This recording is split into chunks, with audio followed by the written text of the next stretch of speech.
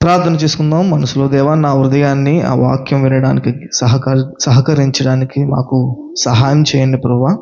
వినే మనసు మాకు దయచేయండి. మాలో అల్లరితనము సోమరితనం తీసేసి మంచిగా వాక్యములని, వాక్యం పట్ల నేను విధేయత కలిగి, నెమ్మది కలిగి, దాని ప్రకారం బ్రతికే అటువంటి ఘనత భాగ్యము మాకు, నాకు, సంఘానికి దయచేస్తానని అడుగుచు, నా ద్వారా బిడ్డలతోనూ మీరు మాతో మాట్లాడతారని, ప్రతి ఉదయాన్ని మీరు తాగుతారని ప్రియ రక్షకుడైన యేసుక్రీస్తు వారి నామమున అడుగుచున్న పరమ తండ్రి, ఆమేన్. దేవుని యొక్క వాక్యాన్ని మనం జ్ఞాపకం చేసుకుందాం. మీరు అందరూ బాగున్నారని నేను అనుకుంటున్నాను. బాగున్నారండి? మేము కూడా బాగున్నాం. దేవుని కృప వల్ల, మీ ప్రార్థన వల్ల, దేవుని దయ వల్ల మేమందరం ఆ యొక్క ఉత్తరాఖండ్లో పరిచర్య చేస్తున్నాం. అంతా బాగానే జరుగుతుంది. సో 2024 సంవత్సరంలో గడిచిన సంవత్సరం అంతా దేవుడు తన కృపలో భద్రపరిచి ఈ నూతన సంవత్సరానికి మనలందరినీ తీసుకొచ్చారు. ఎన్నో సమస్యలు, బాధలు, ఇబ్బందులు, శోధనలు మనందరూ ఎదుర్కొనే ఉంటాం. 2024 సంవత్సరంలో బాధలు లేనటువంటి ఎవరు లేరు. కొంచెం ఫాస్ట్గా మాట్లాడుతున్నానా, స్లోగా మాట్లాడుతున్నాను అనుకుంటున్నాను. మీ ఫేస్లతో అర్థమవుతుంది. ఓకే. సో గడిచిన సంవత్సరం అంతా దేవుడు చాలా మనల్ని అద్భుతంగా కాచి కాపాడారు. నా సాక్ష్యం ఏంటంటే, చిన్న సాక్ష్యం చెప్పి దేవుని వాక్యాలలోకి మనం వెళ్ళిపోదాం. ఉత్తరాఖండ్లో మేము పరిచర్య చేస్తున్నాం. బైబిల్ ట్రాన్స్లేషన్ మినిస్ట్రీలో నేను గ్లోరీ కలిసి అక్కడ పరిచర్య చేస్తున్నాం. ఇక్కడన్నా మన ఈ వెదర్ని బట్టి, వెదర్ అంటే ఈ యొక్క వాతావరణాన్ని బట్టి మనం చాలా అలవాటు, మనకి వాతావరణం బాగా అలవాటు. కానీ మేము ఉండే ప్రాంతంలో వాతావరణం చాలా చలి. అక్కడ ఎండాకాలం అనేది మనకి ఎక్కడా కనిపించదు. ఎండాకాలం అంటే ఎండలు అది మీకు కనిపించదు. మొత్తం చలి, చాలా భయంకరంగా చలి ఉంటుంది. నార్మల్ మనం దుప్పట్లు కప్పుకుంటాం కదా, అవేం పని చేయవు. ఇంతలా ఉండాలి మ్యాక్సిమం బెడ్షీట్స్ ఒక్కొక్కటి. అలాంటి ప్రాంతంలో మాకు కొంచెం కొత్తగా అనిపించిన, కొత్తగా కాదు చాలా ఇబ్బందిగా అనిపించిన, దేవుడు మహాకృపను బట్టి అక్కడ మేము అలా పరిచర్యలో ముందుకు కొనసాగుతున్నాం. అలాగే పరిచర్య చేస్తున్నప్పుడు ఎన్నో సమస్యలు, బాధలు. గడిచిన సెప్టెంబర్ నెలలో డాడీకి యాక్సిడెంట్ అవ్వడం, అప్పుడు కూడా మేమిద్దరం అనుకున్నాం, అరే వెళ్ళిపోతే బాగున్నా ఫీలింగ్ మాకు వచ్చింది. కానీ దేవుడు మా పక్షం నుండి మాకు ధైర్యమునిచ్చి అక్కడ సంఘము, కుటుంబము చాలా సహకారంగా డాడీకి, సంఘానికి తోడుగా ఉన్నారు. అలాగే మళ్ళీ తర్వాత అంతా సెట్ అవుతున్న టైంలో అంకుల్కి మళ్ళీ ఇలా జరగడం, హెల్త్ ఇష్యూ, చాలా భయంకరమైన స్థితికి రావడం, గ్లోరీ ఒక 2 రోజులు తినడం మానేసి ఏడవడం, చాలా సమస్యలు ఎదుర్కొన్నాం. కుటుంబాన్ని విడిచిపెట్టి, సంఘాలను విడిచిపెట్టి, సొంత గ్రామాలను విడిచిపెట్టి దూర ప్రాంతంలో ఉండడం అంటే అది ఒక పనికి వెళ్తే పర్వాలేదు. కానీ దేవుని పరిచర్యలో శ్రమలు, కష్టాలు అన్నీ ఉంటాయి. కానీ అవన్నీ ఎదుర్కొని ఎంతవరకు వచ్చామంటే అది కేవలం దేవుని కృప, మీ కృప, మీ ప్రార్థనలు. అందరిని బట్టి మీ అందరికీ వందనాలు తెలియజేసుకుంటున్నాను. దేవునికి మహిమ కలుగును గాక. సో ఇది నా యొక్క సాక్ష్యం. ఇంకా గ్లోరీ చెప్పాలనుకుంటే తర్వాత చెప్తుంది సాక్ష్యం. సో నేను దేవుని యొక్క వాక్యాన్ని ఎక్కువ ల్యాగ్ చేయకుండా దేవుని యొక్క వాక్యాన్ని మనం జ్ఞాపకం చేసుకుందాం. కీర్తనలు 142వ కీర్తన, 142వ కీర్తన, 142వ కీర్తన. ఇందులో మనకి 7 చరణాలు మనకు కనిపిస్తూ ఉంటాయి. 142వ కీర్తన, 142వ కీర్తన మనం జ్ఞాపకం చేసుకుందాం. మొదటి వచనం, నేను ఎలుగెత్తి యెహోవాకు మొరలిడుచున్నాను, ఎలుగెత్తి యెహోవాను బతిమాలుకొనుచున్నాను, బహు వినయముగా ఆయన సన్నిధిని నేను మొర్రపెట్టుచున్నాను, నాకు కలిగిన బాధ ఆయన సన్నిధిని చెప్పుకొనుచున్నాను. నాలో నా ప్రాణము కృంగి ఉన్నప్పుడు నా మార్గము నీకు తెలియను. నన్ను పట్టుకొనుటకై నేను నడవవలసిన త్రోవలో చాటుగా పగవారు ఊరువడ్డుచున్నారు. నా కుడి ప్రక్కనను నిదానించి చూడుము. నన్ను ఎరిగిన వాడు ఒకడును నాకు లేకపోయాను. ఆశ్రయమేమియూ నాకు దొరకలేదు. నా ఎడల జాలిపడివాడు ఒకడును లేడు. యెహోవా, నీకే నేను మొర్రపెట్టుచున్నాను. నా ఆశ్రయ దుర్గము నీవే, సజీవులున్న భూమి మీద నా స్వాస్థ్యము నీవే అని నేను అనుకుంటుని. నేను చాలా కృంగి ఉన్నాను. నా మొర్రకు చెవియొగ్గుము. నన్ను తరుము వారు నాకంటే బలిష్ఠులు. వారి చేతుల నుండి నన్ను విడిపింపుము. నేను నీ నామమునకు కృతజ్ఞతాస్తుతులు చెల్లించినట్లు చెరసాలలో నుండి నా ప్రాణము తప్పింపుము. అప్పుడు నీవు నాకు మహోపకారము చేసి ఉండుట చూచి నీతిమంతులు నన్ను బట్టి అతిశయపడుదురు. దేవునికి స్తోత్రం. ఈ యొక్క కీర్తన మనకి దావీదు మహారాజు రాసిన కీర్తనగా మనం చూడగలుగుతున్నాం.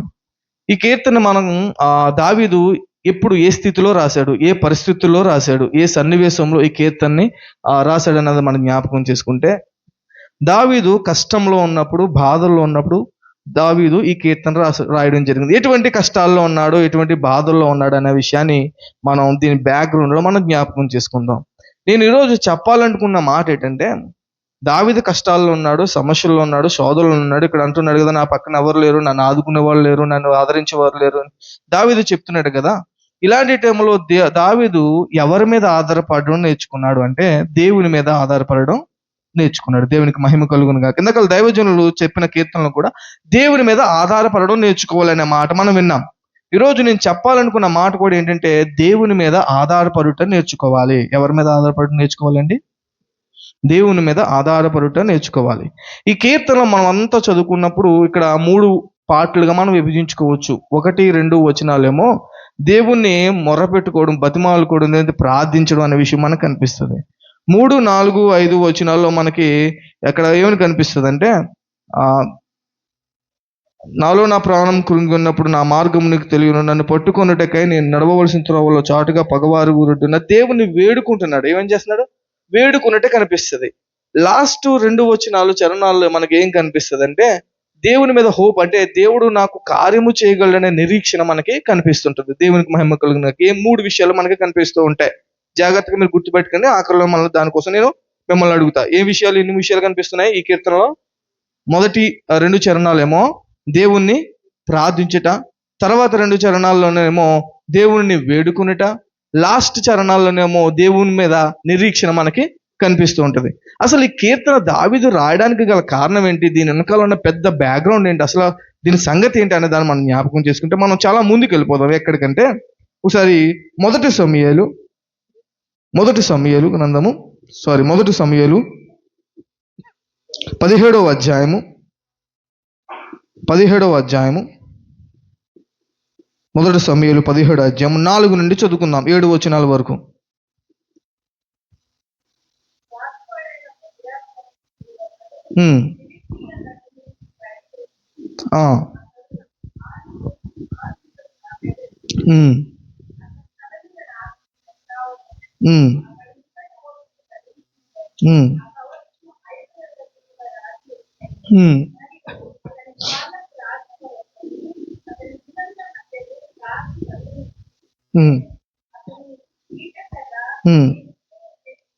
నేత గాని దోణి అంత పెద్దది, మరియు అతని ఈటకున 600 తులముల ఇనుపు ఎత్తు గలది.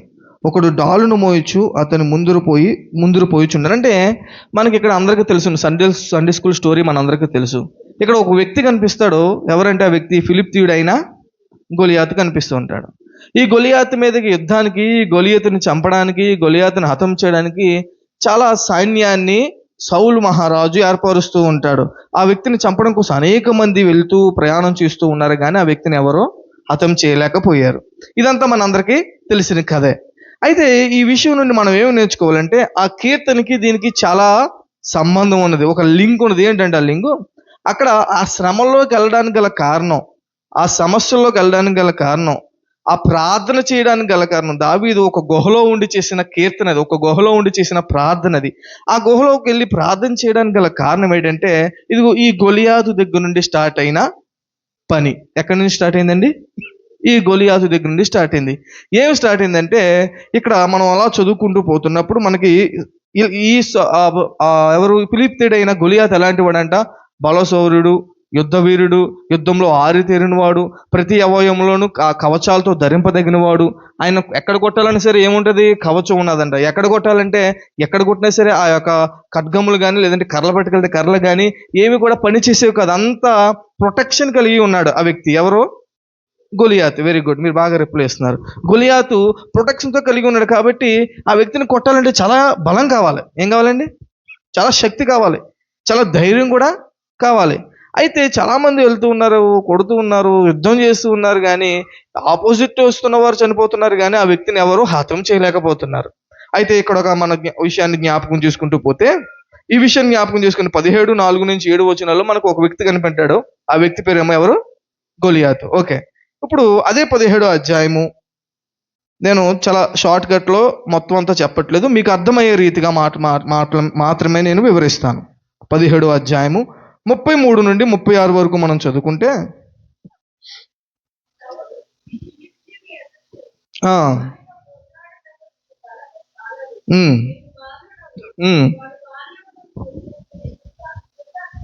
ఇక్కడ మళ్ళీ చదువుదాం ఒకసారి ఆగండి. ఇక్కడ మనం ముందు మాట్లాడుకున్నాం కదా, ఎవరి గురించి మాట్లాడుకున్నాం? గొలియాతు గురించి మాట్లాడుకున్నాం. గొలియాతు ఎలాంటి వాడు? బాగా బలం ఉన్నవాడు, బాగా హైట్ ఉన్నవాడు, ఎత్తు ఉన్నవాడు, ప్రతి అవయవాన్ని కవచంతో కప్పుకున్నాడు. యుద్ధంలో ఎదిరించాలంటే ఆపోజిట్ వ్యక్తి కూడా బాగా బలసురుడై ఉండాలి, యుద్ధసురుడై ఉండాలి, యుద్ధంలో ఆరితేరిన వాడు అయితేనే వాడిని కొట్టగలడు. అయితే ఇక్కడ చూడండి, చాలా మంది వెళ్ళారు, కొడుతున్నారు, కానీ హతమైపోతున్నారు, కానీ ఆ వ్యక్తిని చంపలేకపోతున్నారు అనే విషయాన్ని మనం ఇందాక జ్ఞాపకం చేసుకున్నాం. కాబట్టి ఇక్కడ దావీదుకు ఒక ఆలోచన వచ్చింది. దావీదుకి ఏం ఆలోచన వచ్చిందంటే, నేను ఆ వ్యక్తిని చంపేస్తాను, నేను ఆ వ్యక్తిని హతం చేస్తాను, ఆ వ్యక్తితో నేను యుద్ధం ఆడతానని ఒక ఆలోచన వచ్చింది. ఈ విషయాన్ని పట్టుకెళ్ళి ఎవరితో చెప్పాడంటే సౌలుతో చెప్పాడు. ఎవరితో చెప్పాడండి? సౌలుతో చెప్పడం జరుగుతుంది. ఎందుకు సౌలుతో చెప్పాలంటే, సౌలు ఆ ప్రాంతానికి రాజు అయి ఉన్నాడు కాబట్టి, సౌలు నడిపిస్తున్నాడు కాబట్టి, మనం ఏం చేయాలి? ఒక నాయకుడికి ఖచ్చితంగా మనం విజ్ఞాపన చేయాలి, ముందుగా తెలియచేయాలి. అయితే దావీదు సౌలు దగ్గరికి వెళ్ళి ఏం చేస్తున్నాడంటే తెలియచేశాడు. తెలియచేశాడు? దావీదు చెప్పిన మాటలు చెప్పండి, చదవండి.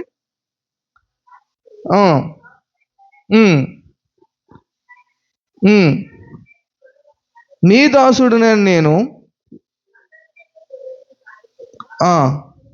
అది కాదు, 32 నుంచి చదవండి ఒకసారి.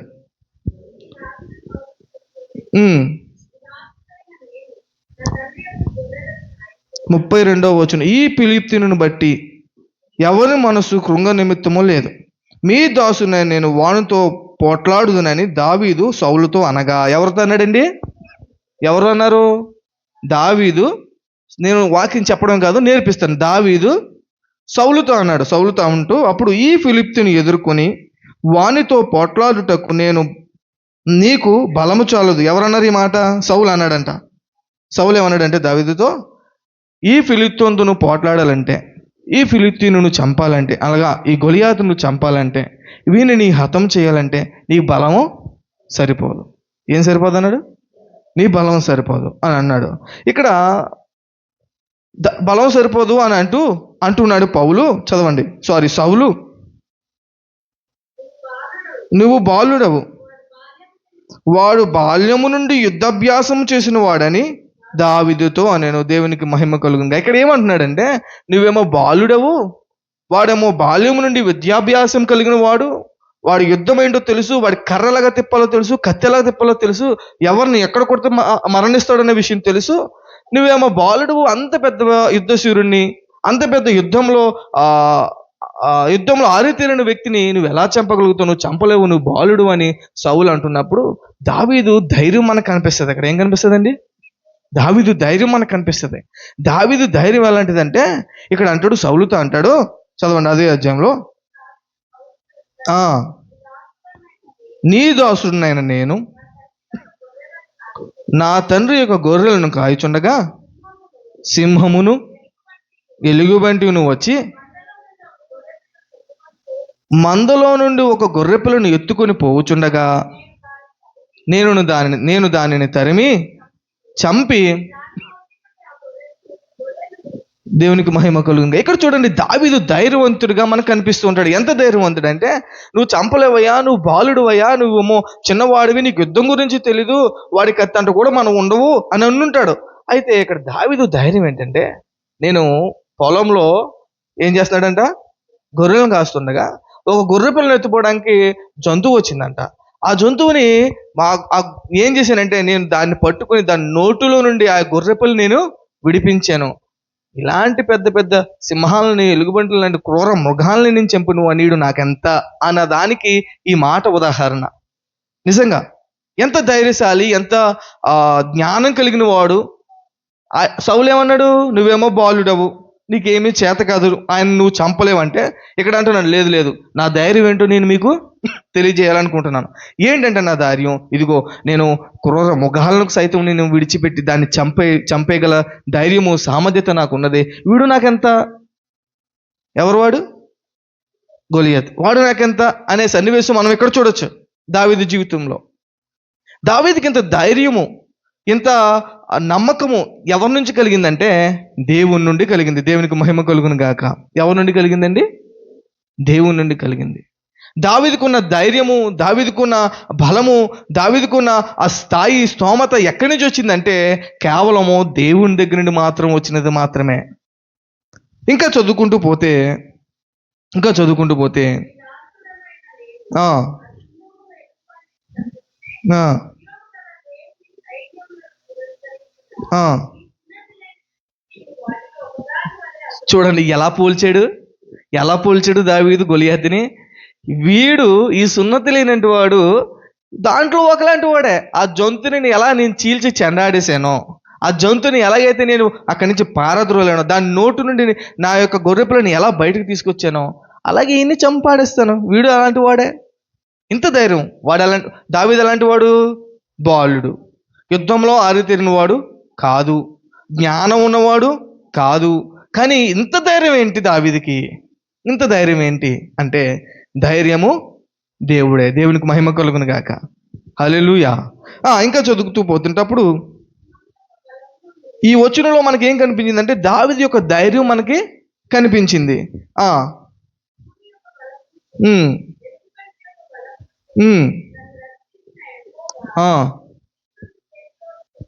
ఈ ఫిలిష్తీయుని చేతిలో నుండి కూడాను నన్ను విడిపించునని. దేవునికి స్తోత్రం. ఇక్కడ ఏం కనిపిస్తుంది? సింహం నుండి, అలాగే అక్కడ క్రూర ముఖం నుండి నన్ను విడిపించిన దేవుడు ఈ ఫిలిష్తీయుని చేతి నుండి నన్ను విడిపించడా అనే ధైర్యం మనకు కనిపిస్తుంది. అంటే దావీదు ఎవరి మీద ఆధారపడ్డాడు? ఎవరి మీద ఆధారపడ్డాడండి? దేవుని మీద ఆధారపడ్డాడు. ఆయన శక్తి కాదు, ఆయన బలం కాదు, ఆయనకేమీ మంచి ఆయుధాలు ఏమీ లేవు ఆయన దగ్గర. కానీ అతనుకున్న బలం ఏంటంటే, ఆయనకున్న ధైర్యం ఏంటంటే దేవుడు ఉన్నాడనే నమ్మకము, దేవుని మీద ఆధారపడే తత్వం ఉన్నది. కాబట్టి నేను ఆ ఫిలిష్తీయుణ్ణి, ఆ సున్నతి లేనటువంటి వాడిని నేను ఇగో ఈ క్రూర మృగాలతో సహా ఎలా అయితే చీల్చి చెండాడేశానో అట్టే రీతిగా వీడు నేను చంపేస్తాననే ధైర్యము దావీదుకు కలిగింది. ఎవరి మీద ఆధారపడడం వల్ల? దేవుని మీద ఆధారపడడం వల్ల. సమస్యలు, బాధలు, ఇబ్బందులు, శోధలు, రోగాలు ఇవన్నీ వచ్చినప్పుడు మనము ఎవరి మీద ఆధారపడాలంటే దేవుని మీద ఆధారపడాలి. సాతాను మనల్ని పదే పదే చీల్చి చెండాడడానికి, సాతాను మనల్ని పడత్రోయడానికి, సాతాను మనం మందు నుండి దూరపరచడానికి, సాతాను మనల్ని వెనక్కి చేయడానికి, అనేక విధాలుగా మనల్ని పట్టి చీల్చడానికి మన వెనకాల వస్తూనే ఉంటుంది. కానీ మనం ఎవరి మీద ఆధారపడడం నేర్చుకోవాలి? దావీదు వలె దేవుని మీద ఆధారపడడం నేర్చుకోవాలి. దేవునికి మహిమ కలుగును గాక. ఎవరి మీద ఆధారపడాలండి? దావీదు వలె దేవుని మీద ఆధారపడడం మనం నేర్చుకోవాలి. ఇంకా మనం చదువుకుంటూ పోతున్నప్పుడు ఎక్కడ అదే 17వ అధ్యాయము 43వ వచనం నుంచి చూస్తున్నప్పుడు ఇక్కడ చాలా వింతైన మాటలు మనకు కనిపిస్తూ ఉంటాయి. 43వ వచనం నుండి దావీదు కొట్టడానికి వెళ్తున్నాడు. ఎవరినంటే గొలియాతుని చంపడానికి వెళ్తున్నాడు. ఇప్పుడు ఒక బలసూరుని, ఒక యుద్ధసూరుని చంపడానికి వెళ్తున్నప్పుడు నువ్వు ఎలాగెళ్తావు? ఇప్పుడు మన ఊర్లో బయట ఊరులతో గొడవ జరిగిందండి. మామూలుగా ఊరికి వెళ్ళిపోతామా, లేకపోతే ఏదైనా ఖడ్గం తీసుకుని, ఒక మంచి కర్ర తీసుకుని, వెనక బలాన్ని తీసుకుని వెళ్తామా? ఖచ్చితంగా బలం ఉంటుంది. బలం లేకపోతే ఒక్కడు వెళ్ళావు అనుకో, ఆడు ఇంకో 20 మందిని తీసుకుని నిన్ను కుమ్మేస్తారు కదా. సో ఇక్కడ ఏం చేయాలి? ఈ వ్యక్తికి కూడా ఏం కావాలి? బలం కావాలి, వెనకాల ధైర్యం కావాలి, వెనకాల సైన్యం కావాలి, ఖడ్గం కావాలి. కానీ ఇక్కడ చూడండి, చాలా కామెడీ ఏంటంటే, వింతైన విషయం ఏంటంటే, మనకు నవ్వొచ్చే విషయం ఏంటంటే, దావీదు గొలియాతుని చంపడానికి ఎలాగెళ్ళాడంటే ఇక్కడ అంటున్నాడు, కర్ర తీసుకొని నువ్వు నా మీదకు వచ్చుచున్నావే, నేను కుక్కనా? ఎంత ఘోరం! ఏమన్నాడండి? నువ్వు కర్ర తీసుకొని నన్ను చంపడానికి వస్తుంది, నేనేమన్నా కుక్కనా అన్నాడంట. నవ్వు అనిపించట్లేదా? దావీదేమో బాలుడు, గొలియాతేమో యుద్ధశూరుడు, యుద్ధంలో ఆరితేరిన వాడు, యుద్ధంలో అనుభవం ఉన్నవాడు. ఎక్కడికి ఏ కర్రతో కొట్టినా సరే కర్ర ఇరిగిపోతుంది. ఎందుకంటే ప్రతి అవయవము కవచంతో నిండి ఉన్నది కదా, కర్ర ఇరిగిపోతుంది. కానీ ఇతను ధైర్యశాలి చూడండి, ఇతను ధైర్యం, ఎంత ధైర్యం చూడండి. ఏం పట్టుకుని వెళ్ళాడంట? కర్ర పట్టుకుని వెళ్ళాడంట. కర్ర పట్టుకుని వెళ్ళి నుంచున్నాడంట. నుంచుంటే గొలియాతు ఏమన్నాడంట, నేనేమన్నా కుక్కనా? అంటే కుక్కను కానీ, కోళ్ళని కానీ, ఏదైనా జంతువులు వస్తే మన ఇంట్లో కర్ర పట్టుకుని వాటిని మనం బయటకు పంపిస్తాం. ఇతను కూడా అదే విధంగా ఎవరిని చంపడానికి, గొలియాతుని చంపడానికి కర్ర పట్టుకుని వెళ్తే నేనేమన్నా కుక్కనా అన్నాడంట. ఎంత కామెడీ ఇది! అంటే ఇతని ధైర్యం చూడండి, ఇతని ధైర్యం చూడండి. ఎవరి ధైర్యం? ఎవరి ధైర్యం? దావీదు యొక్క ధైర్యం చూడండి. ఏం పట్టుకుని వెళ్ళాడు? దావీదుని, గొలియాతుని చంపడానికి కర్ర పట్టుకుని వెళ్ళాడంట. ఇంత ధైర్యం ఎక్కడి నుంచి కలిగింది? ఇందాక మనం చేద్దాం, ఆ మృగముల నుండి విడిపించిన దేవుడు, కాపాడిన దేవుడు, ఈ ఫిలిష్తీయుడు సున్నతి లేని వాడి దగ్గర నన్ను కాపాడలేడా? ఈ ధైర్యం ఎక్కడి నుంచి? దేవుని దగ్గర నుంచి వచ్చింది. దేవునికి స్తోత్రం కలుగును గాక. హల్లెలూయా, హల్లెలూయా. 43 చదివాం కదా, మళ్ళీ ఇంకా కంటిన్యూ చేద్దాం అని దావీదుతో చెప్పి ఆ, నా దగ్గరికి రమ్ము. ఏమంటున్నాడంటే గొలియాతు దావీదుని, నా దగ్గరికి రా, నీ సంగతి ఏంటో చూస్తా. ఏమన్నాడు గొలియాతు దావీదుని? నా దగ్గరికి రా, నీ సంగతి ఏంటో చూస్తా. ఏంటో సంగతి? ఏమన్నాడంటే, నా దగ్గరికి రమ్ము, నీ మాంసమును ఆకాశ పక్షులకును భూమృగములకును ఇచ్చివేతినని ఆ ఫిలిష్తీయుడు దావీదుతో చెప్పాడంట. ఎవరికి చంపేస్తాడు? నీ మాంసం అంటే నిన్ను ముక్కలు ముక్కలుగా చీల్చేసి నీ మాంసం ఆకాశ పక్షులకును భూమృగములకు వేసేస్తాను అని దావీదును గొలియాతు బెదిరిస్తున్నాడు. ఏం చేస్తున్నాడండి? బెదిరిస్తూ ఉన్నాడు. ఇదే మాట మీరు జ్ఞాపకం చేసుకోండి. ఈ మాట మళ్ళీ దావీదు రిపీట్ చేసిన సంగతి మనకు కనిపిస్తూ ఉంటుంది. అప్పుడు దావీదు చదవండి 45. బల్లెమును ధరించుకుని నా మీదకు వచ్చుచున్నావు, అయితే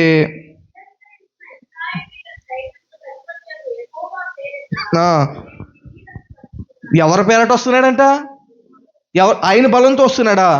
అతని చేతిలో ఉన్నదేంటి? ఏంటి? కర్ర, ఖడ్గం ఉన్నదంటారా? అతని చేతిలో ఉన్నదేంటి? కర్ర. ఇతను ఏమని చెప్తున్నాడు? దావీదు ఏం చెప్తున్నాడు? నిన్ను నా దేవుడని యెహోవా పేరట నేను హతం చేస్తాను. ఎంత ధైర్యశాలి అంటే! ఎవరి పేరట అన్నాడు? దేవుని పేరట. ఎవరు ఈయన యొక్క యుద్ధవీరుడు ఎవరు? ఈయన వెనకాల ఉన్న సైన్యం ఎవరు? దావీదుకున్న ఖడ్గం ఎవరో? దేవుడే. దేవునికి మహిమ కలుగును గాక. హల్లెలూయా. దేవుడి మీద ఆధారపడడం నేర్చుకున్నాడు దావీదు, కాబట్టి అతను ధైర్యంగా ఎదుర్కోగలిగాడు. ఒక రాజుతో మాట్లాడాలంటే మనం తత్తెందని అంటాం, అంటే మాట్లాడడానికి కూడా మాటలు రావు. ఒక వ్యక్తి నాయకుడి దగ్గరికి వెళ్ళి నీకు ఏదైనా కావాలని అడగాలంటే వంగి నమస్కరించి అడుగుతావు, అంటే మనకేం సరిపోదు? ఏం సరిపోదు? ధైర్యం సరిపోదు. కానీ దావీదు బాలుడే, కానీ ఎంత ధైర్యంగా గొలియాతుని ఫస్ట్ మాటలతో ఎదిరించాడండి. దేంతో? మొట్టమొదటిగా మాటలతో గొలియాతుని ఎదిరించాడు. మళ్ళీ ఎదిరించాడు కదా, అక్కడ ఎగతాళి చేశాడు దావీదు గొలియాతుని. ఎలాగ ఒక కర్ర పట్టుకుని వెళ్ళి ఎగతాళి చేశాడు. నేనేమన్నా కుక్కలా కనబడుతున్నాను నీకు అని అన్నాడు. ఇంత ధైర్యము ఎక్కడి నుంచి వచ్చింది? ఇందాకలా అన్నాడు, మృగముల నుండి కాపాడిన దేవుడు వాడి నుండి నన్ను కాపాడలేడా అన్నాడు. ఇక్కడేమో యెహోవా దేవుని పేరట నేను వాడిని హతం చేస్తాను అన్నాడు. అంటే రెండు విషయాలు మనం గమనించాం. ఎవరి మీద ఆధారపడడం నేర్చుకున్నాడు? దేవుని మీద ఆధారపడడం నేర్చుకున్నాడు. ఈరోజు నీవు నేను మనందరము సంఘంగా ఎవరి మీద ఆధారపడాలంటే దేవుని మీద ఆధారపడాలి. మనుషుల మీద ఆధారపడతాం, లోకంలో ఉన్న వారి మీద ఆధారపడతాం, నాయకుల మీద ఆధారపడతాం. అది కాదు, సమస్యల్లో, కష్టాల్లో, బాధల్లో, శోధల్లో, రోగంలో, సంతోషంలో, ఆనందంలో, ప్రతి విషయమునందును మనం దేవుని మీద ఆధారపడడం నేర్చుకోవాలి. దేవునికి మహిమ కలుగును గాక. హల్లెలూయా. ఇంకా చదువుతూ పోతున్నప్పుడు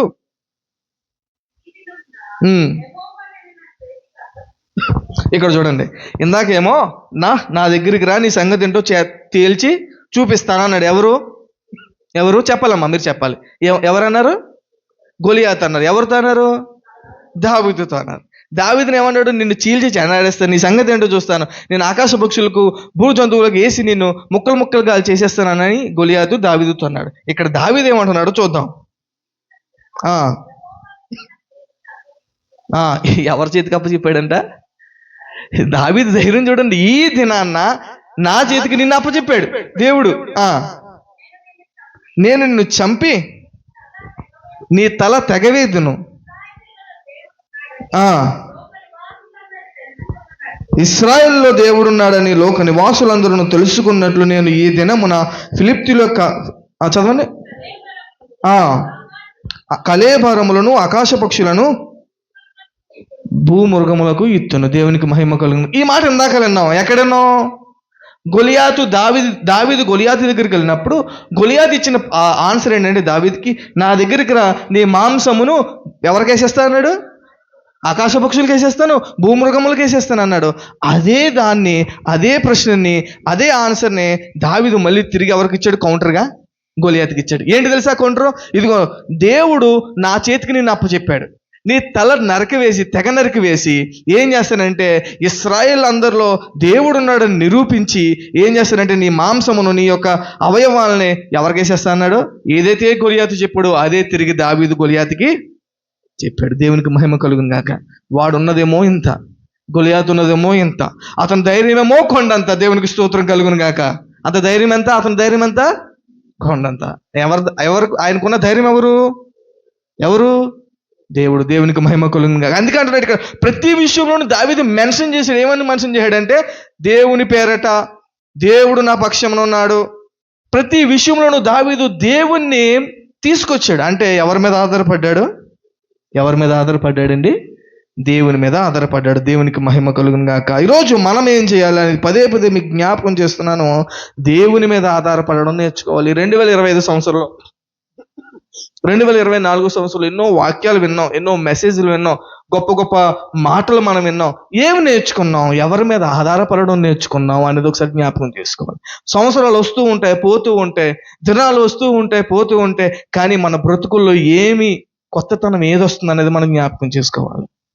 గడిచిన సంవత్సరంలో ఎన్నో శ్రమలు వచ్చాయి, బాధలు వచ్చాయి, అదే భక్తి, అదే జీవితం, అదే బ్రతుకు, అదే పాపపు జీవితంలో మనం ఉన్నాం. కానీ కొత్తది ఏమిటి? 2024 పోయి 2025 వచ్చింది. అంటే ఏం మారింది? మనకి ఒక డేట్ ఒకటే మారింది, ఒక నెల, ఒక నెంబర్ మారింది అంతే. 20 అలాగుంది, 2 అలాగుంది, 4 పోయి 5 వచ్చింది. ఏది కొత్తతనం? మళ్ళీ కష్టపడాలి, మళ్ళీ చెమట వచ్చాలి, మళ్ళీ డబ్బు సంపాదించుకోవాలి, మళ్ళీ తినాలి, మళ్ళీ తిరగాలి, తాగాలి. ఇదే జీవితం. అది కాదు. ఈ 2025 సంవత్సరంలో మనం చేయాల్సిన పని ఏంటంటే, కొత్తగా మనం నేర్చుకోవాల్సిన విషయం ఏంటంటే, ఇదిగో దేవుని మీద ఆధారపడడం, దావీదు వలె ధైర్యంగా ఉండడం, దావీదు వలె నమ్మకంగా బ్రతకడం, దావీదు వలె దేవుని నామాన్ని ఘనపరచడం మనం నేర్చుకోవాలి. దేవునికి మహిమ కలుగును గాక. హల్లెలూయా. ఏం నేర్చుకోవాలండి? కొత్త సంవత్సరాలు వస్తూ పోంటే ఈరోజు 25 వచ్చి తర్వాత మళ్ళీ 26, 27, 28 సంవత్సరాలు వస్తూ ఉంటే పోతూ ఉంటే క్యాలెండర్లు మారుతూ ఉంటాయి. కానీ మన బ్రతుకులు, మన విశ్వాసం, మన నీతి, మన పద్ధతులు మారకపోవడం వల్ల ఎన్ని సంవత్సరాలు వచ్చినను మన జీవితంలో, మన బ్రతుకుల్లో మార్పు లేకపోతే అర్థం లేదు మన జీవితాలకి. ఏం నేర్చుకోవాలి అంటే దేవుని మీద ఆధారపడడం నేర్చుకోవాలి. 46వ వచనం మనం చూస్తే ఇందాక చదివిన మాట, నిన్ను నా చేతికి అప్పగించిను, నేను నిన్ను చంపి నీ తల తెగవేతును.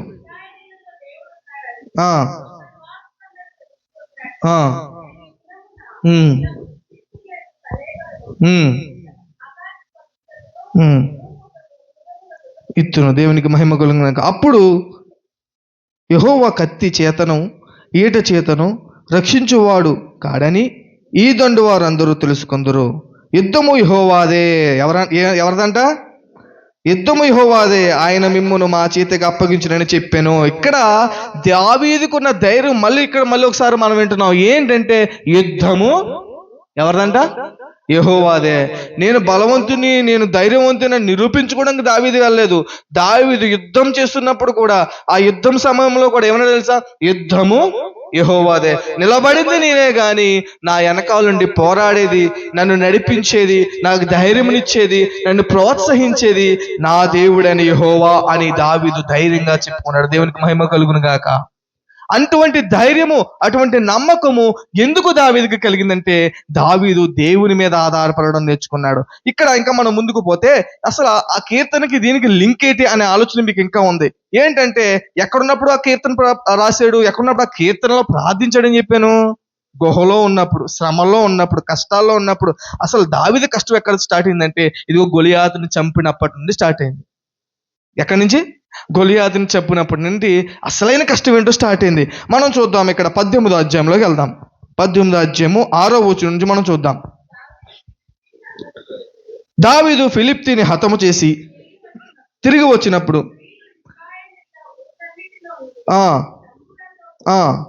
తంబురలతోనూ సంభ్రముతోనూ వాయిద్యముతోనూ పాడుచు నాట్యమాడుచు రాజైన సౌలును ఎదుర్కొనుటకే వచ్చిరి. ఆ స్త్రీలు గాన ప్రతిగానములు చేయుచు వాయించుచు సౌలు వేల కొలది, దావీదుకు 10,000 కొలది. ఇక్కడ స్టార్ట్ అయింది దావీదు జీవితంలో శ్రమ. ఎక్కడ స్టార్ట్ అయింది తెలుసా? ఇదిగో 18వ అధ్యాయము 6-7 వచనాలు చదువుతున్నప్పుడు దావీదు జీవితంలో శ్రమలు ఇక్కడి నుంచి స్టార్ట్ అయ్యాయి. ఇక్కడ జనాలు ఏమంటున్నారంటే, అక్కడ ఉన్న ప్రజలు ఏమని పొగుడుతున్నారు?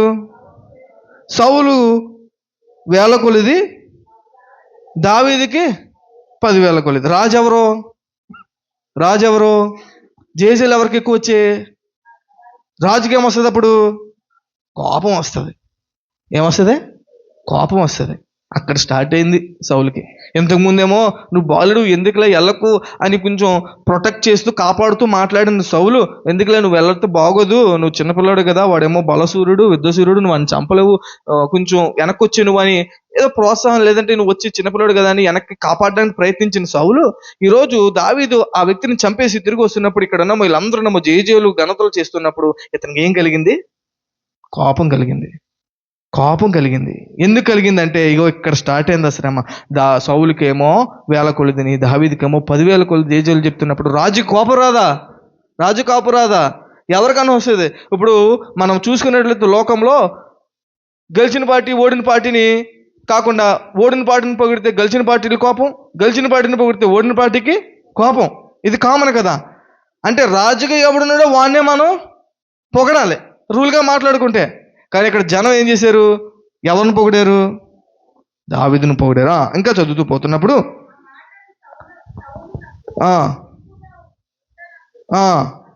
ఎలా ఉండలేదంట? ఇంపుగానే ఉండలేదంటే, మంచిగా అనిపించలేదంట సౌలుకి ఆ మాటలు. ఏంటి ఆ మాటలు? మీరు చెప్పాలి, ఏంటి ఆ మాటలు? సౌలుకి 1000 కొలది, దావీదుకేమో 10,000 కొలది అనే మాట దావీదు ఎవరికి సౌలుకి మంచిగా అనిపించలేదంట. ఎలా అనిపించలేదండి? మంచిగా అనిపించలేదంట. అతడు బహుకోపము తెచ్చుకొని దావీదునికేమో 10,000 కొలదిని, నాకేమో 1000 కొలది అని స్తుతులు పాడారే, రాజ్యం తప్ప మరి ఏమి అతడు తీసుకోగలడు అనుకున్నాను. దేవునికి మహిమ కలుగును. ఇక్కడ చూడండి, చాలా వింతైన మాట మనకు కనిపిస్తుంది. ఇతను కోపం, సౌలు కోపం క్లియర్గా మనకి కనిపిస్తుంది. ఏంటి ఆ కోపం అంటే, దావీదుకేమో 10,000 కొలది, నాకేమో 1000 కొలది చెల్లిస్తారా అని ఏం కలిగింది? సౌలుకి కోపం కలిగిందంట. ఏం కలిగిందండి? కోపం కలిగింది. ఆనాటి నుండి సౌలు ఏం చేశాడంటే, సౌలు దావీదు మీద విషం కక్కడం ప్రారంభించాడంట. విషం కక్కడం అంటే ఇక్కడ చూడు 9వ వచనంలో ఉంటాడు. 9వ వచనంలో రాయబడి ఉంది ఆల్రెడీ. కాబట్టి నాటు నుండి సౌలు దావీదు మీద విషపు చూపు నిలిపాను. విషపు చూపు అంటే ఏంటి? చాలా క్రూరమైన కోపం, చాలా క్రూరమైన కోపం. నార్మల్గా కోపం వచ్చింది అనుకో గద్దిస్తాం, ఇంకెక్కువ కోపం వచ్చింది అనుకో కొడతాం. కానీ ఇతని కోపం ఎలాంటిదంటే చంపేయాలనంత కోపం. ఎంత కోపం అండి? చంపేయాలనంత కోపం వచ్చింది. ఎవరికి? సౌలుకి. దావీదుని చంపేయాలనంత. దావీదు చేసిన తప్పు ఏంటి? పొరపాటు ఏంటంటే, అతను పొరపాటు ఏం లేదు, ముందుగా ఆల్రెడీ అతనికి తెలియచేశాడు. ఎవరికి? సౌలుకు తెలియచేసి, నేను చంపాలనుకుంటున్నాను, నాకు మీరు సహకరించాలన్నప్పుడు, నువ్వు బాలుడువు, నువ్వు వద్దన్నా సరే, యుద్ధము యెహోవాదే, దేవునిదే, దేవుడు నా పక్షం ఉంటాడని దేవుని మీద ఆధారపడి వెళ్ళి హతం చేసి తిరిగి వస్తున్నప్పుడు ఈ జనాలు అతను మెచ్చుకోవడం, ఇతన్నేమో తక్కువ చేయాలి చెప్పడం వల్ల ఇతనికి ఏం కలిగిందంటే కోపం కలిగి, ఎంత కోపం అంటే ఇంతలో కనపడి అంతలో మహిమపోయే కోపం కాదు. ఎలాంటి కోపం అంటే చంపే అంత కోపం వచ్చిందంట సౌలుకి. ఎంత కోపం వచ్చిందంటే, ఎంత క్రూరమైన మనసు కలిగి ఉన్నాడో సౌలు. ఒకసారి ఆలోచించి, ఈలో మనం కూడా సౌలు లాంటి మనసు కలిగిన వారు, మనస్తత్వం కలిగిన వారు చాలా మంది ఉంటాం. క్రైస్తవులుగా, దేవుని పిల్లలుగా పిలువబడుతున్న మనం కూడా విషం కక్కే మనసు మనకు ఉంటుంది. విషపు చూపులు చూస్తాం. ఇతరులు బాగుంటే కానీ, ఇతరులు మంచిగా ఉన్నా, ఇతరులు డెవలప్ అవుతున్నా, అభివృద్ధి చెందుతున్నా వాడి మీద మనం విషపు చూపు చూస్తూ ఉంటాం. సౌలు లాంటి మనస్తత్వం కలిగి ఉన్నవారు ఉంటాం. కానీ దేవుడు మన నుండి కోరుకునేది ఏంటంటే, సౌలు లాంటి మనస్తత్వం కాదు మనం కోరుకోవాల్సింది. దావీదు లాంటి ధైర్యం, దావీదులాగా దేవుని మీద ఆధారపడిన ఆ యొక్క స్థితి మనకి కావాలి. దేవునికి మహిమ కలుగును గాక. హల్లెలూయా. 9వ వచనం, సౌలు విషం కక్కుడని మనం మాట్లాడుకున్నాం. ఇంకా చదువుకుంటూ పోదాం. 19, 12 నుండి చూద్దాం. అదే 19వ అధ్యాయం. ఇప్పుడు 19కి వెళ్దాం. ఇందాక 18 అయింది, 19కి వెళ్దాం. వెళ్ళే ముందు ఒక ప్రశ్న. ఎక్కడ స్టార్ట్ అయింది దావీదు యొక్క శ్రమలో? ఎక్కడ స్టార్ట్ అయ్యే? గొలియాతుని చంపడంలో స్టార్ట్ అయ్యి, సౌలుకేమో 1000 కొలది, దావీదుకి 10,000 కొలది అనే దగ్గర సౌలుకి ఏం కలిగింది? కోపం. మామూలు కోపం కాదు, చాలా భయంకరమైన కోపం. కనబడితే చంపేయాలి, ఆడి చర్మాన్ని చీల్చి చెండాడేయాలి, ఆడి తల తెగ నరకాలి, అంత కోపం వచ్చింది. ఎవరికి? సౌలుకి. అక్కడ స్టార్ట్ అయిందండి ఈయనకి శ్రమలో, బాధలో, దాకోవడం, పరిగెట్టడం, ఇలాంటి శ్రమలు అక్కడి నుంచి స్టార్ట్ అయింది. అతనికి దాకోవడం ప్రారంభించాడు. ఇంకా చదువుకుంటూ పోతే 19వ అధ్యాయము 12వ వచనం నుండి, కిటికీ గుండా దావీదును దింపగా అతడు తప్పించుకొని పోయాను. ఎక్కడి నుంచి? కిటికీలో దావీదుని దింపి అక్కడి నుంచి పారిపోయాడంట. ఎవరు పారిపోయాడు? గొలియాతుని చంపిన ధైర్యుడు, గొలియాతుని చీల్చిచ్చండి ఆడిన యుద్ధవీరుడు దావీదు ఎవరి నుండి పారిపోయాడు? సౌలు నుండి పారిపోతూ ఉన్నాడంట. ఇంకా పారిపోతున్నప్పుడు సౌలు 14 వచ్చును, 13 వచ్చును.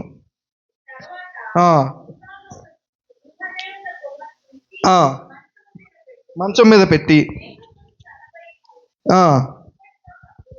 దుప్పటితో కప్పివేసి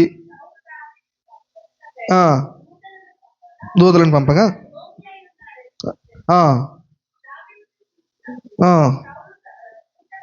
సౌలు దూతలను పంపి నేను అతన్ని చంపునట్లుగా మంచముతో అతను తీసుకుని నేను వారితో చెప్పాను. ఆ మంచం అన్నదేమో దావీదు కాదు, మంచం అన్నదేమో ఒక దేవత.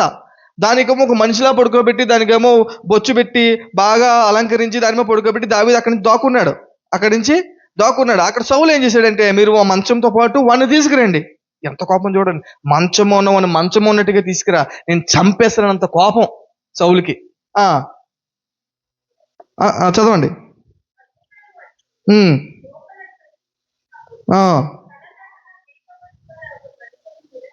కనబడాను.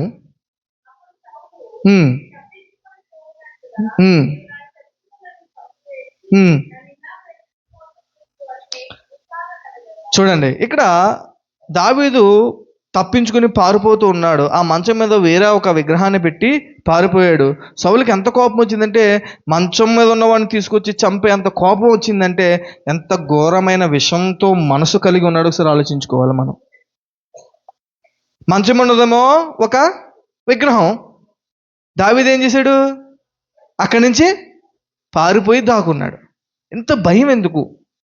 ఇందాకలేమో ధైర్యవంతుడు అన్నాం, ఇందాకలేమో యుద్ధశూరుడు అన్నాం, ఇందాకలేమో గొలియాతుని చంపిన వీరుడు, జయజయలని 10,000 వేల కొలదని చెప్పాం.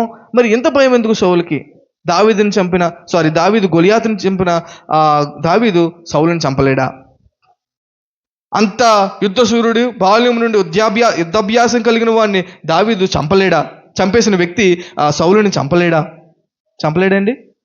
చంపగలడు.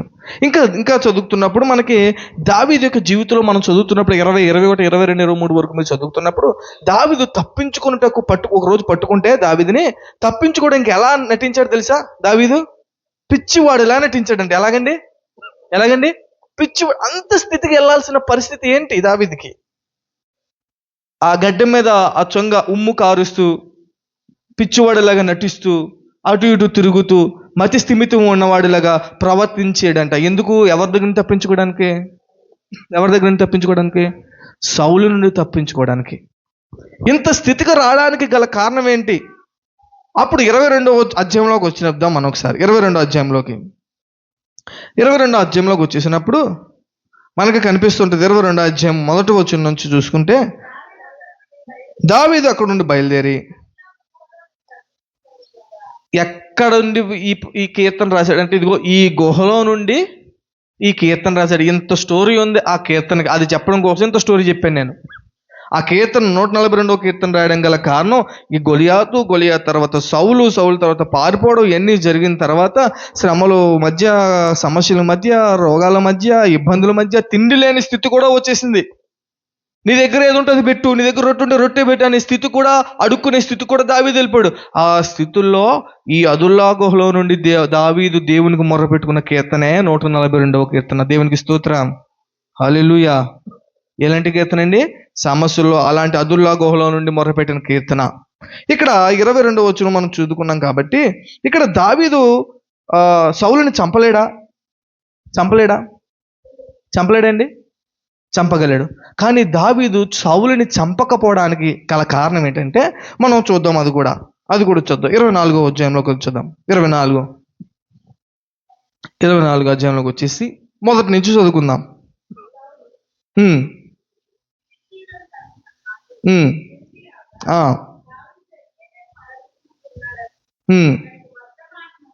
ఓకే.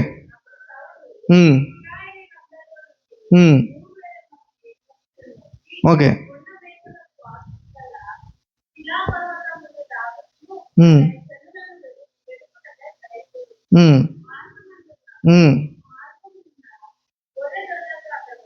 ఆ,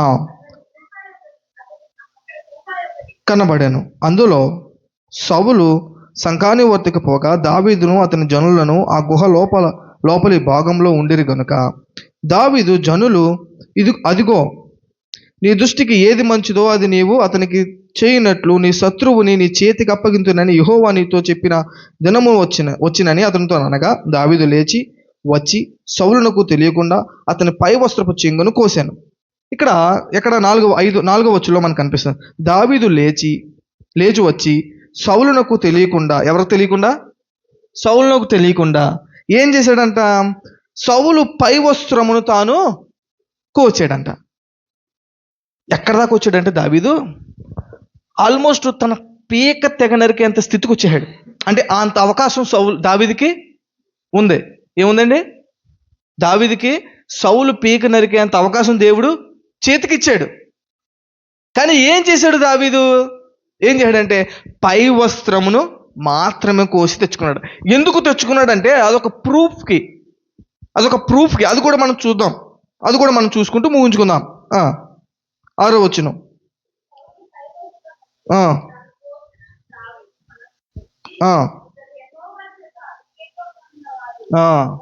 గనుక చూడండి, ఇక్కడ బాగా మనం అర్థం చేసుకోవాల్సిన విషయం ఏంటంటే దావీదు దేవుని మీద ఆధారపడడం నేర్చుకున్నాడు. ఇంకా దావీదు నుండి మనం నేర్చుకోవాల్సిన విషయాలు ఏంటి అనే సంగతి ఏంటంటే, సౌలు దావీదును చంపడానికి ప్రయత్నిస్తున్నాడు. దావీదు చేతికి సౌలు డైరెక్ట్గా అప్పగింపబడ్డాడో, చంపే అవకాశం ఉన్నది. కానీ దావీదు సౌలు వస్త్రాన్ని మాత్రమే కోసుకుని ఇంకా చంపకుండా ఉన్నాడంటే గల కారణం ఏంటి తెలుసా? దావీదు సౌలుని ఏం చేశాడంటే, ఇక్కడ చూడండి అంటున్నాడు, అతడు యెహోవా చేత అభిషేకము నొందిన వాడు గనుక. ఎవరి చేత? దేవుని చేత అభిషేకం నొందిన వాడు గనుక నేను ఆయన్ని విడిచిపెట్టాను. అంటే ఇక్కడ దావీదు నుండి పెద్దల మీద ఏం కనిపిస్తుందంటే రెస్పెక్ట్ కనిపిస్తుంది, వినయం, గౌరవం. ఏం కనిపిస్తుంది? వాడు మూర్ఖుడే. మన పైన ఉన్నవారు మూర్ఖులే ఉండొచ్చు.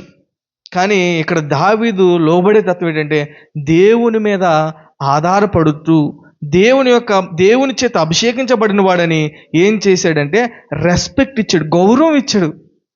అక్కడ గౌరవం మనకు క్లియర్గా కనిపిస్తుంది. ఏమన్నాడు? ఇతడు యెహోవా చేత ఎవరి చేత? యెహోవా చేత అభిషేకించబడ్డాడు కాబట్టి సౌలుని విడిచిపెట్టాడు. దేవునికి మహిమ కలుగును గాక అంటూ చదవండి.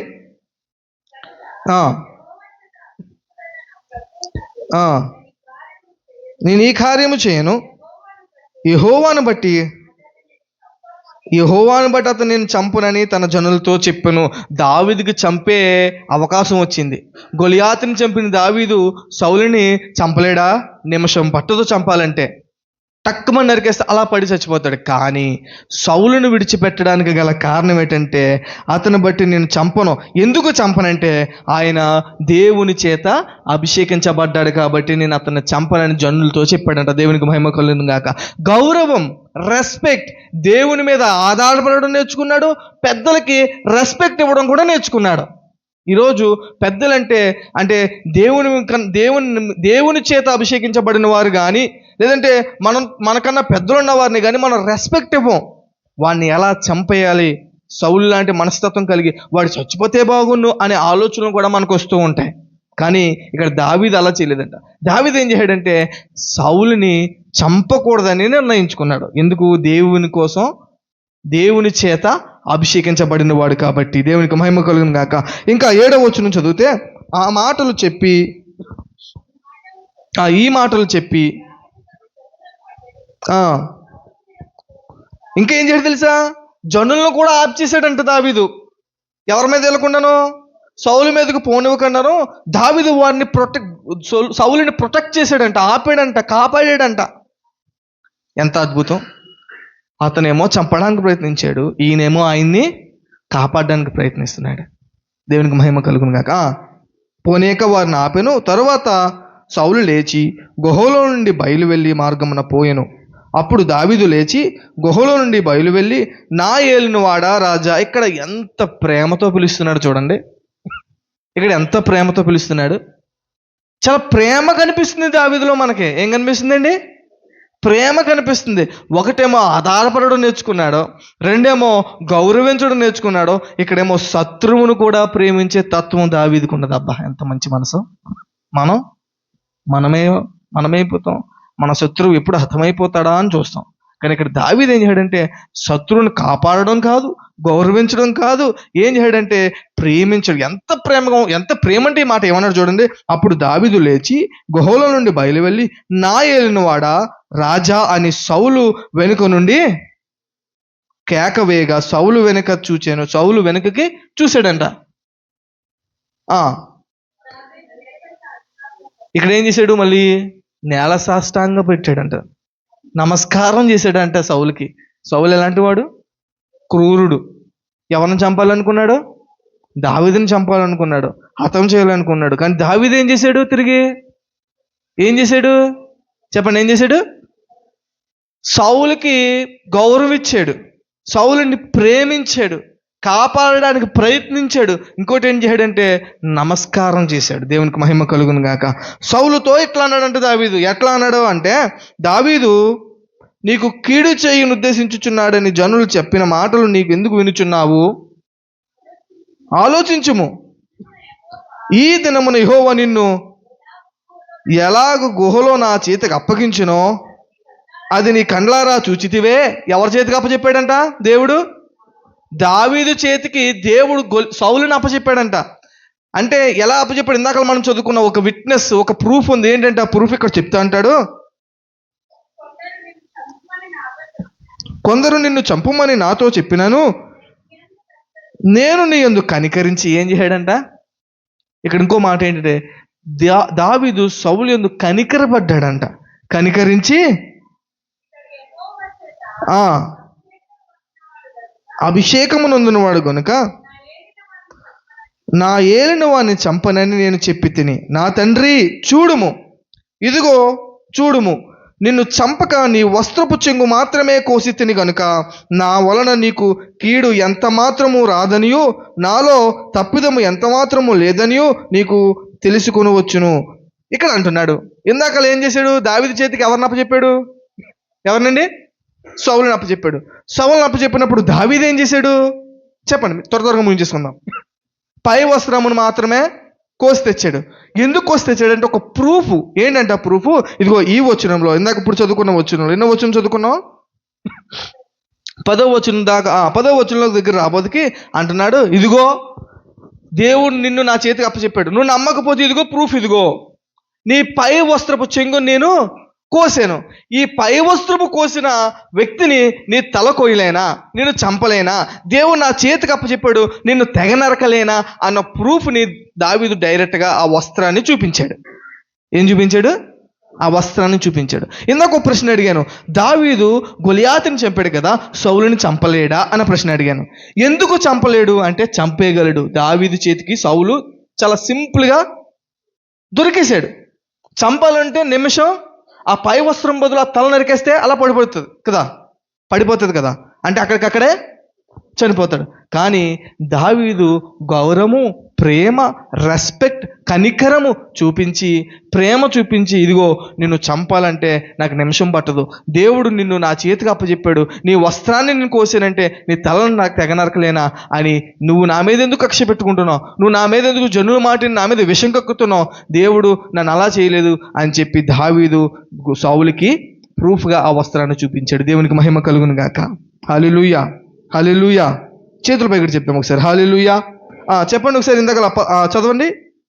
కండ్లారా చూచితివే, కొందరు నిన్ను చంపమని నాతో చెప్పినను, నేను నీ యందు కనికరించి అతడు యెహోవా చేత అభిషేకం నొందినవాడు కనుక నా ఏలిన వాడిని చంపనని నేను చెప్పి తిని, నా తండ్రి చూడుము, ఇదిగో చూడుము, నిన్ను చంపక నీ వస్త్రపు చెంగు మాత్రమే కోసి తిని గనుక నా వలన నీకు కీడు ఎంత మాత్రమును రాదనియు నాలో తప్పిదము ఎంత మాత్రము లేదనియు నీవు తెలుసుకొనవచ్చును. నీ విషయమై నేను ఏ పాపమును చేయని వాడనై ఉండగా నీవు నా ప్రాణము తీయవలని నన్ను తరుముచున్నావు. నీకును నాకును మధ్య యెహోవా న్యాయము తీర్చును, యెహోవా నా విషయమై పగ తీర్చును గాని నేను నిన్ను చంపను. దేవునికి మహిమ కలుగును గాక. ఎంత ప్రేమ చూపించాడు దావీదు. ఇక్కడ కూడా మరణపు అంచుల్లో కూడా మరణ పంచుల్లో కూడా దేవుడు నన్ను శిక్షించినా పర్వాలేదు, నేను నిన్ను చంపను, ఎందుకంటే నీకును నాకును మధ్య యెహోవా న్యాయం తీర్చును అన్నాడు. దేవునికి స్తోత్రం కలుగునుగా. ఎంత గొప్ప ప్రేమమయుడు. నేనేం మాట్లాడుతున్నానంటే దావీదు ఎంత ప్రేమ చూపించాడు. ఇక్కడ కూడా మరణ పంచుల్లో కూడా ఎవరి మీద ఆధారపడ్డాడండి? ఎవరి మీద ఆధారపడ్డాడండి? దేవుని మీద ఆధారపడ్డాడు. మొదటి నుండి మరణపు ఆఖరికి సౌలు దావీదును చంపే స్థితికి వచ్చేంత వరకు కూడా తిండి లేని క్షణాలు ఉన్నాయి, పిచ్చివాడిగా ప్రవర్తించిన క్షణాలు ఉన్నాయి, మరణాన్ని రుచి చూచిన వచ్చే క్షణాలు ఉన్నాయి. ఇలాంటి సమస్యల్లో కూడా ప్రేమించడం నేర్చుకున్నాడు. తన శత్రువుని కనికరించి వదిలిపెట్టడం నేర్చుకున్నాడు. అదొకటే కాదు, అంతకన్నా గొప్పగా ప్రతి విషయంలోనూ దేవుని గణపరచడం నేర్చుకున్నాడు, దేవుని మీద ఆధారపడడం నేర్చుకున్నాడు. ఆ గృహంలో నుండి చేసిన ప్రార్థన ఈ ప్రార్థన దేవునికి మహిమ కలుగును. ఈ 42వ కీర్తనకు వచ్చేద్దాం. ఇప్పుడు ఈ 42వ కీర్తనలో మనం దాకా 3 విషయాలు మాట్లాడుకున్నాం. ఏంటంటే దావీదు దేవుని ఎలా మొరపెట్టుకున్నాడంటే, త్వరగా ముగించుకుందాం. ఎలా మొరపెట్టుకున్నాడంటే, ఎలా ఇక్కడ అంటున్నాడు, నేను ఎలుగెత్తి యెహోవాకు మొరలిడుచున్నాను, ఎలుగెత్తి యెహోవాను బతిమాలు కొనుచున్నాను. ఇక్కడ 2 విషయాలు. ఒకటి, ప్రార్థన చేసేటప్పుడు దేవుని మొరపెట్టుకునేటప్పుడు ఎలా మొరపెడుతున్నారంటే ఎలుగెత్తి బిగ్గరగా, దేవునికి దగ్గరగా సంబంధం కలిగి, దేవునికి సంబంధం కలిగి మొరపెట్టుకుంటూ ఏమంటున్నాడంటే బ్రతిమలాడుకుంటున్నాడంటే దేవునికి మహిమ కలుగును. నాకు ఏం చేస్తున్నాడు? సమస్యల్లో, బాధల్లో, శోధల్లో ఉన్నప్పుడు బ్రతిమలాడుకోవాలి దేవుణ్ణి, మనుషుల్ని కాదు. మనుషుల దగ్గరికి వెళ్ళి బాబు 100 ఇవ్వి 200 ఇవ్వని వాడి వెనకాల వాడు డబ్బులు ఇచ్చేందుకు తిరుగుతూనే ఉంటాం, వాడు సాయం చేసే వరకు తిరుగుతూనే ఉంటాం. అది కాదు. ఎవరిని బతిమాలుకోవాలి? లోకంలో ఉన్న వ్యక్తిని కాదు, ఈ కుటుంబ సభ్యుల్ని కాదు. దావీదు ఎవరిని బతిమలాడుకున్నాడో? దేవుని బతిమలాడుకున్నాడు. ఎవరి మీద ఆధారపడ్డాడు? దేవుని మీద ఆధారపడ్డాడు. దేవుణ్ణి బ్రతిమలాడుకోవడం నేర్చుకోవాలి. ఇంకా 2వ వచనంలో బహు వినయముతో, ఎలాగా? బహు వినయముగా ఆయన సన్నిధిని నేను మొర్ర పెట్టుచున్నాను. సన్నిధికి మొర్ర పెట్టడం కూడా ఒక పద్ధతి, కొన్ని నియమాలు ఉంటాయి. మనం మాట్లాడుకున్నాం కదా, శుక్రవారం వాక్యంలో చెప్పారు, కట్టడల నియమాలు ఆచరించాలనే మాట మనం జ్ఞాపకం చేసుకున్నాం. ఇక్కడ కూడా ఎలా ప్రార్థించాలంటే వినయంతో, బహు వినయంతో దేవుని ప్రార్థించాలి. ఎలాగండి? బహు వినయంతో దేవుని మొరపెట్టే విధానం. ఏదో గుళ్ళోకి వస్తున్నాం కదా, ప్రార్థిస్తున్నాం కదా, సరిపోతుందిలే, చప్పట్లు కొట్టినాం కదా, 200 10 రూపాయల కానుకేసి వెళ్ళిపోతున్నాం కదా, ఏదో పాస్టర్గా చెప్పిన మాటలు వినేసి వెళ్ళిపోతున్నాం అనే భక్తి కాదు మనం చేయాల్సింది. దేవుణ్ణి బహు వినయముతో, ఎలాగండి? బహు వినయముతో ఆయన్ని బ్రతిమలాడుకోవాలంట, ఆయన్ని వేడుకొనాలంట, ఆయనకు ప్రార్థించాలంట. ఎంత వినయం ఉంటే, ఇందాక దైవజనులు చెప్పారు, వినయం ఉన్నవాడు దేవుని సన్నిధికి త్వరగా రాగలుగుతాడు. వినయం ఉన్నవాడు దేవుని ఆరాధించగలుగుతాడు. దేవుని మీద వినయం ఉండి భక్తి కలిగి ప్రవర్తించిన వాడు దేవుణ్ణి హృదయపూర్వకంగా స్తుతించగలుగుతాడు. ఇక్కడ దావీదు ఏం చేశాడు? బహు వినయంతో. ఈరోజు మనం కూడా బహు వినయం కలిగి ఉండాలి. మనుషులకు కాదు విధేయత, వినయం. ఓకే, వి రెస్పెక్ట్ ఎల్డర్స్, మనం పెద్దలను రెస్పెక్ట్ చేయాలి, బైబిల్ కూడా చెప్తుంది. కానీ మనం దేవుణ్ణి అంతకన్నా బహు వినయంతో ప్రార్థించాలంట. ప్రార్థించే ముందు ఏదో నామకార్థ ప్రార్థన కాదు, బట్టి పెట్టిన ప్రార్థన కాదు, హృదయంలోంచి వచ్చే ప్రార్థన, వినయంతో కూడిన ప్రార్థన, బ్రతిమలాడుకునే ప్రార్థన దేవునికి మనం ఇవ్వాలి. ఇంకా 3వ వచనంలో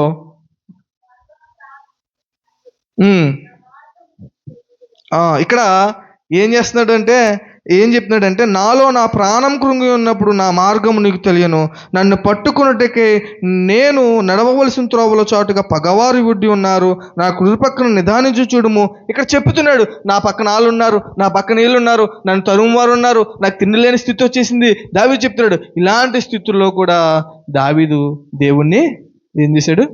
మొర్ర పెట్టుకున్నాడు, ప్రార్థించాడు. కష్టకాలంలో, ఇబ్బందుల్లో, రోగాల్లో, సంతోషంలో, ఆనందంలో, ఏమీ లేని స్థితిలో, ఎవరు లేని పరిస్థితుల్లో ఎవరి మీద ఆధారపడ్డాడో?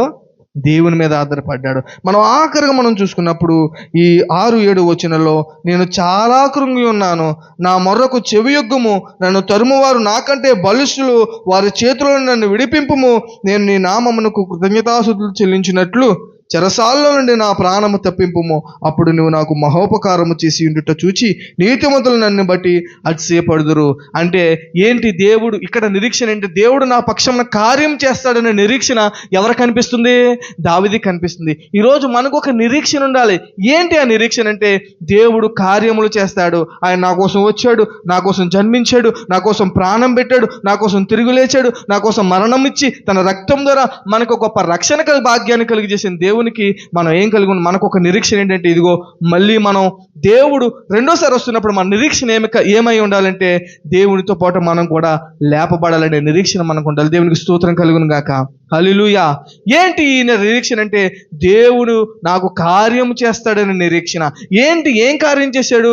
ఒక కాపరి, ఒక గొర్రెల కాపరి, ఒక దీనుడు బాలుడు ఇక్క స్థితి నుండి సమస్యల నుంచి బాధల నుంచి ఎదుగుతూ ఎదుగుతూ ఎదుగుతూ ఎదుగుతూ అనేక మందిని ఎదుర్కొంటూ బయటకు వచ్చి శత్రువులను సైతము దేవుని మీద ఆధారపడి వాళ్ళని ఎదుర్కొని ఇంత స్థితికి వచ్చి ఆఖరికి దావీదు రాజుగా నిలిచిపోయాడు. దేవునికి మహిమ కలుగును గాక. చెప్పకూడదు గట్టిగా ఒకసారి. ఎలా నిలిచిపోయాడండి? రాజుగా నిలిచిపోయాడు. ఈ స్థితికి వెళ్ళడానికి గల కారణం ఏంటి? దావీదు అంత గొప్ప స్థాయికి వెళ్ళడానికి గల కారణం ఏంటంటే ఎవరి మీద ఆధారపడ్డాడో? ఎవరి మీద ఆధారపడ్డాడో? దేవుని మీద ఆధారపడ్డాడు. ఈరోజు నీవు నేను మనందరము సంఘంగా కూడి ఉన్న మనందరము ఎవరి మీద ఆధారపడాలంటే దేవుని మీద ఆధారపడాలి. మనకు ఒక నిరీక్షణ ఉండాలి. క్రీస్తు మన నిరీక్షణ అయి ఉండాలి. ఆయనే మన ఆధారమై ఉండాలి. ఆయన ద్వారా తప్ప మరి ఎవరి ద్వారా పరలోక రాజ్యానికి మనం చేరలేమనే నిరీక్షణ మనకు ఉండాలి. అటు నిరీక్షణ నీకు ఉన్నప్పుడు, అటువంటి దావీదు లాంటి ఆధారపడే తత్వం నీకు ఉన్నప్పుడు దేవుడు దావీదు నుంచి స్థితిలో నిన్ను ఉంచుతాడు, నన్ను ఉంచుతాడు, మనందరిని ఉంచుతాడు. అట్టి రీతిగా మనం ప్రార్థన చేద్దాం, బ్రతుకుతాం. దేవుడి మాటలు దీవించి ఆశీర్వదించిన గాక. చిన్న ప్రార్థన చేసుకుందాం. తలలో ఉంచినట్లు చిన్న ప్రార్థన. సకల సృష్టికి కారణభూతుడా, ప్రేమమయుడా, నీ కొందనాలు. ఇదిగో ఇటు రీతిగా నీ బిడ్డలతో కలిసి నేను ధ్యానించుకోవడానికి ఇచ్చిన ధన్యతను బట్టి, భాగ్యమును బట్టి వందనాలు. నన్ను ఏదైతే మేము మాట్లాడుకున్నామో ఆ మాటల ద్వారా నీ బిడ్డలు మీరు తాకండి. విని విడిచిపెట్టే వారిగా కాకుండా దాన్ని మా హృదయంలో ఉంచుకొని నీ మీద ఆధారపడి తత్వము నేర్చుకోవడానికి, పెద్దలంటే గౌరవం, వినయము, ప్రేమ కలిగి బ్రతకడానికి, నీ మీద నిరీక్ష నుంచి బ్రతకడానికి ఆయన మా బిడ్డలు మీ అందరికీ సహాయం చేయండి. వారితో మీరు మాట్లాడమని అడుగుతున్నాను. ఇంతవరకు నడిపించి బలపరుచినందుకు వందనాలు. జరగబోయే కార్యక్రమంలో మీరు తోడుగునండి. ముఖ్యంగా బేతనీ సంఘాలను, ఫ్యామిలీని, మినిస్ట్రీస్ మీరు ఆశీర్వదించి బలపరచమని రక్షకుడైన యేసుక్రీస్తు వారి నామములో